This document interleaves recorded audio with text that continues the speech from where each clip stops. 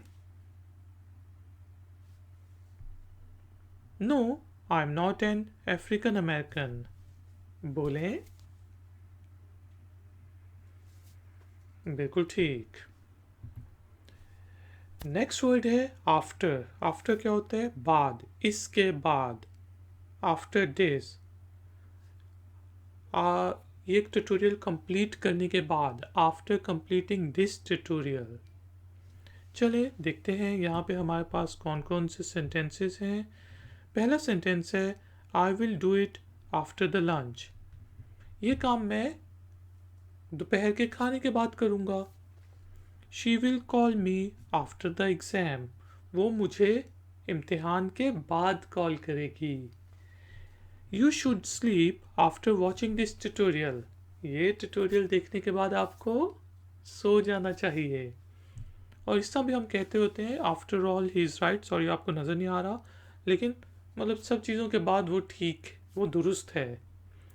अब मेरे साथ रिपीट करें I will do it after the lunch. बोलें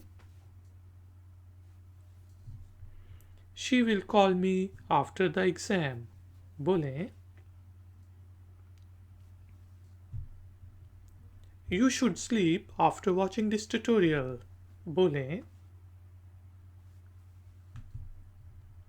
after all he is right, जो भी है सब चीज़ों के बाद वो दुरुस्त है। नेक्स्ट वर्ड है आफ्टरनून। आफ्टरनून क्या होता है? 12 बजे के बाद के टाइम को हम आफ्टरनून कहते हैं।